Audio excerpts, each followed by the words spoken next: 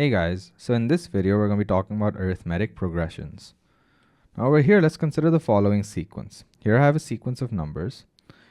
So I have 1, 4, 7, 10, 13, 16, 19, 22, 25 and so on. Here I've shown the first 9 terms of this sequence.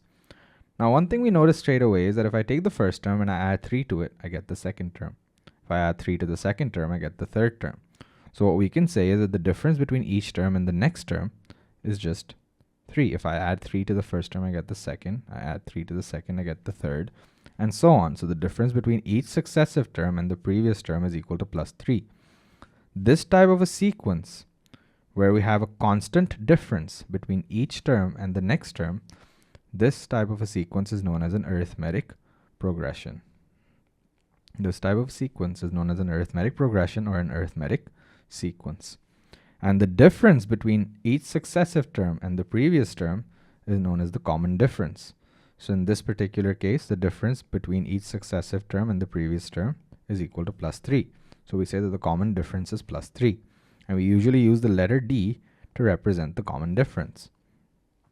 So here, if we look at the first term, we look at the first term of the sequence. The first term is just equal to 1. The second term of the sequence is equal to 1 plus 3. The third term of the sequence is the second term plus 3. So that's 1 plus 3 plus 3. So that's 1 plus 2 times 3. The fourth term of the sequence is 1 plus 3 plus 3 plus 3. So that's 1 plus 3 times 3. So what we see over here is that, for example, if I want to find the fourth term of the sequence, I take the first term and I add the common difference 3 times. I add it once, I get the second. I add it twice, I get the third term. And I add it 3 times, I get the fourth term. Quick pause. If you're finding value in this explanation, there's so much more to discover. At Alt Academy, we break down every A-level concept with the same level of clarity. Now, let's continue. So more generally speaking, what we can say is that if I wanted to find the nth term of an arithmetic progression, I take the first term and I add the common difference n minus 1 times. So here, if I want to find, let's say, the 100th term in the sequence, I add the common difference 99 times.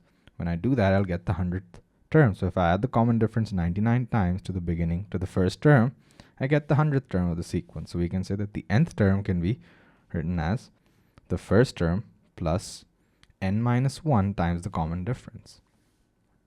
So more generally, if I had an arithmetic sequence in which the first term was a, and let's say that my common difference was d, my second term would be a plus d. My third term would be a plus d plus d. My fourth term would be a plus d plus d plus d, and so on. So here I can say that my first term is a. My second term over here is a plus d. My third term is a plus 2d. The fourth term here is a plus 3d, and so on. So again, if I wanted to find any particular term, let's say the fourth term over here, I add the common difference 3 times, or 1 fewer time, to the initial term. So if I add the common difference once, twice, and 3 times, I get the fourth term. So more generally, I can say that the nth term of an arithmetic sequence is the first term a plus n minus 1 times d. So here we have a general formula for the nth term of an arithmetic sequence. Here, Tn represents the nth term of the sequence or the progression. The letter A represents the first term, and D represents the common difference. Now that that's taken care of, head over to our website to watch the rest of our A-Levels maths course. With 60,000 students trusting us, visit Alt Academy now and transform your A-Levels journey.